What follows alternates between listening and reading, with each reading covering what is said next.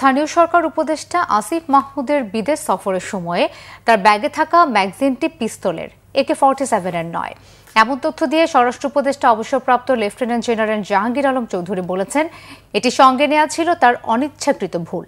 সোমবার স্বরাষ্ট্র মন্ত্রণালয়ের সভাকক্ষে আইনশৃঙ্খলা সংক্রান্ত কোর কমিটির বৈঠকের পর তিনি এসব তথ্য দেন। বলেন, আসিফ মাহমুদের AK-47 লাইসেন্স পাওয়ার তথ্য সঠিক নয়, আর বয়স না হওয়া সত্ত্বেও তার অস্ত্রের লাইসেন্সের বিষয়টি তার জানা নেই। স্বরাষ্ট্র উপদেষ্টা আরও জানান, 1 জুলাই থেকে 5 আগস্ট পর্যন্ত দেশের বিভিন্ন রাজনৈতিক ও সামাজিক সংগঠনের অনুষ্ঠান নির্বিঘ্ন করতে আইনশৃঙ্খলা বাহিনীকে প্রস্তুত থাকতে নির্দেশনা দেওয়া হয়েছে। এ সময় কোনো ধরনের হুমকি নেই বলেও জানান তিনি।